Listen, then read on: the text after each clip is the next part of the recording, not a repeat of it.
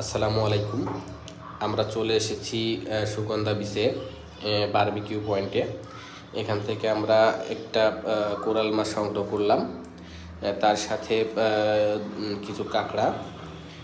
তো যদিও আমাদের ভিডিও শুরু করার আগেই ওরা কাঁকড়াটা কেটে ফেলেছে। তো এখানে আমাদের সাথে কাঁকড়াটার বিষয়ে দুর্নীতি করা হয়েছে।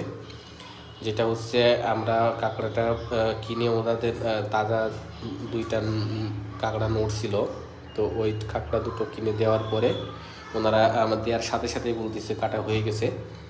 তো এটা কখনোই পসিবল না যে আপনার দেওয়ার সাথে সাথেই কাটা হয়ে গেল। তো আমার মনে হয় ওনাদের কাছে কাটা ছিল, অথবা অন্য কোনো ব্যবস্থা ওনারা দুর্নীতি আমাদের সাথে করছে। তারপর ওনাকে বললাম, ঠিক আছে ভাই, আপনারা কাঁকড়াটা যখন কেটে ফেললেন এটা আমাদের সামনে কাটেন। তো তখন উনি আমাদের এটা সামনে কাটলো, যদিও এটা সুন্দর করেই কাটছে।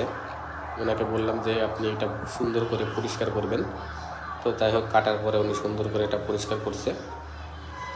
তো আরেকটা কথা বলে রাখি, আপনারা দয়া করে যারা বারবিকিউ করতে চাচ্ছেন তারা কখনোই এখান থেকে নিয়ে বারবিকিউ করবেন না। এটার খাবারের টেস্ট ছিল জঘন্য। এই যে আমাদের কাঁকড়াগুলো প্রসেসিং করা হচ্ছে, জঘন্য রকমের। এটা হচ্ছে কোরাল বারবিকিউ হচ্ছে, জঘন্য রকমের টেস্ট ছিল। আমি জীবনে এত বাজে খাবার কোনো সময় খাইনি।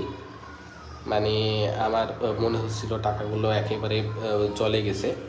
মানে কোনো স্বাদ নাই, কোনো, শুধু একটা তিতা তিতা একটা ভাব, মানে পুরাই ফেলছে। আচ্ছা, ধন্যবাদ।